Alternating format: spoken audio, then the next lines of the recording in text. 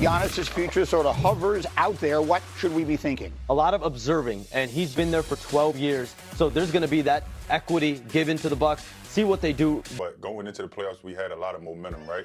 And like I said before, everybody was saying the Lakers was going to win the championship last year. I mean, let's not act like we don't remember that. So I would say with the Lakers, because obviously they start their whole team off with everybody. Kyrie's not going to be healthy for majority of the season for Dallas. So I would say the Lakers, they add a big man, add another wing defender, keep their core pieces together. I think they're in prime position to make a run. What move, Shams, is still sitting out there for the Lakers to make? It's clear their biggest need is at center. Rob Pelinka has spoken about it ad nauseum, that they need to find out. Will that be in the draft? Will that be in free agency? 1,000%, that's the big question. The other thing is the Dorian Finney-Smith of it all. He's got a player option. Does he opt in? Does he find another suitor elsewhere in free agency? So figuring out his free agency, but then also the biggest thing there is the center. And there's names like Brook Lopez, Clint Capella, Al Horford out there in free agency. Will it be that route or will it be the trade route? That's what everyone in LA, everyone in the league is waiting on. Bobby, what's the fit as far as you're concerned? Well, it has to be center here. And I think when you look at the conversation between Dallas and the Lakers right now, you kind of like where Dallas is because the unknown of where the Lakers could be here. They've got a ton of expiring contracts, $60 million in expiring contract. They've got one first-round pick. Rob Pelinka showed his hand at the trade deadline. He showed what he was willing to trade in a pick swap, an unprotected first. Mark Williams, who was traded last night to Phoenix from Charlotte, they have the assets to go out and try to get a center, but it's the question is who's that player going to be? But by the way, one more thing on the Mavericks quickly. I'm not going to play the sound in the interest of time, but Nico Harrison was asked about Jason Kidd again, and he just sort of said, are we still talking about this? I'm asking you, are we still talking about this? Jason Kidd is going nowhere. Perfect. So we're not still talking about I would say we would be. I would be highly concerned if I didn't see Jason Kidd sitting next to Nico Harrison last night when Cooper Flag was drafted. As his future sort of hovers out there, what should we be thinking? A lot of observing, and he's been there for 12 years. So there's going to be that equity given to the Bucks. See what they do during the draft week, free agency week. How much can they improve this team in their moves? He said it. He wants to compete for a championship. Can the Bucks make those championship moves? His future, I've said it for the last few weeks, it won't be tied to the draft. It won't be tied to free agency. If there is a resolution on Giannis and Antetokounmpo, it could be later in the summer. Okay, and then finally, the Warriors and Jonathan Kuminga, another team, pardon me, thinking deep playoff run thoughts out west. What's the latest with Kuminga? The Miami Heat are going to emerge as an expected suitor for Kuminga in restricted free agency. And so we'll see what else the market bears for him. The Warriors are comfortable bringing him back as well. They're open-minded about signing trades.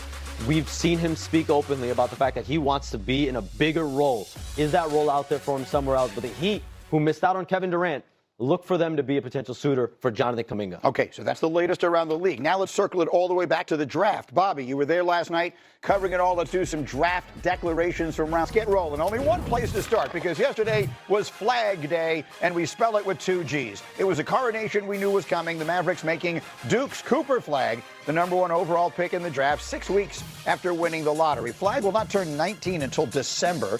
He joins a Dallas team that has aspirations of contending immediately in the West on the heels of an injury-ravaged season that ended with elimination in the final play-in game. So, Michael Wilbon, just how good are these Mavericks?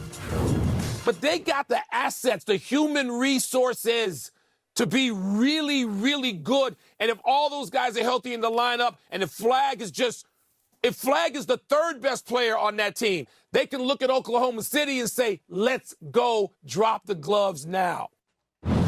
Okay, so he's talking big about this team, so let us dive directly into that. Markeith, when Kyrie Irving comes back healthy and Cooper Flag gets himself situated in the middle of all of that, you were on the Mavericks for the first half of last season. Is this a team that could make a deep NBA playoffs run next year? I think so.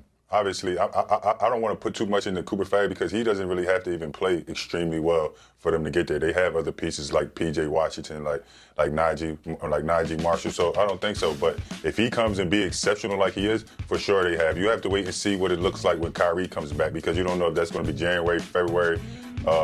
That's the most important thing I would say about this thing is just when does Kyrie come back? Is he extremely healthy, and how do they look if they are healthy? Absolutely. I mean, look, the bottom line, Shams, look, back in February when you stopped the world by reporting that trade, I mean, I can't I can't remember a fan base, a franchise that felt at a lower point than the Dallas Mavericks did in that moment. And now here we are, and Michael Wilbon, one of the most credible people in the entire industry, is talking title. What have they built here, and how did this happen? Whatever you want to say about the Luka Doncic trade, Nico Harrison has built arguably the best front line in the NBA. You think about Anthony Davis, now Cooper Flagg, Derek Lively II. They just extended Daniel Gafford on a new 3-year, almost $60 million deal.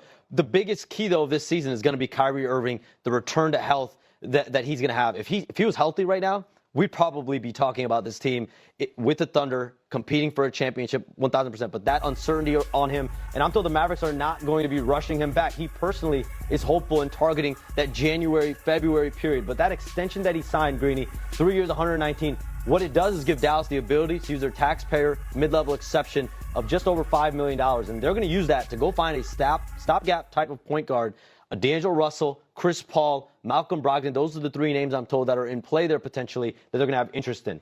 Who's that player going to be? What's the impact? So they're not done. Talk to me about these Mavericks. Yeah, I mean, that's the high priority because we don't know when Kyrie Irving's going to be back and where are they in the standings when he does come back. And it's similar where when Golden State made the Jimmy Butler trade. We thought that Warriors team was floundering. Basically, when Kyrie comes back, they're making a trade without giving up anybody, and that's going to be the most important thing. But the next week, how they find a temporary replacement for Kyrie Irving is the first order of business in Dallas. So look, that is a trade that is going to be remembered, and we are going to be tracking the progress of Luka's Lakers versus the Mavericks. And so let's take a look at that. Cindy, A15, if you would please, because ESPN Bet is not buying into Dallas in the same way. He was. Fair enough. Jason Kidd was doing interviews all day about Cooper Flagg and his fit So there. all is well. Okay, good. So now we're feeling pretty good about things. Excellent. So that's where they all sit. Now let's run the floor. Shams, it was an exciting night last night. We got round 2 coming today and then free agency. We're going to dive more deeply into these a little later, but give me quick treetops here. Are the Celtics done dealing? We were watching Jaylen Brown all day yesterday. Never say never. Most of their heavy lifting is done. They got out of the second apron, shed $180 million. The calls, the interest definitely is certainly still coming in for Jaylen Brown and Derek White. There's a couple other players, Sam Hauser, Anthony Simons, that at minimum, if they do want to continue to shed even more out of the first apron, out of the luxury tax, they could.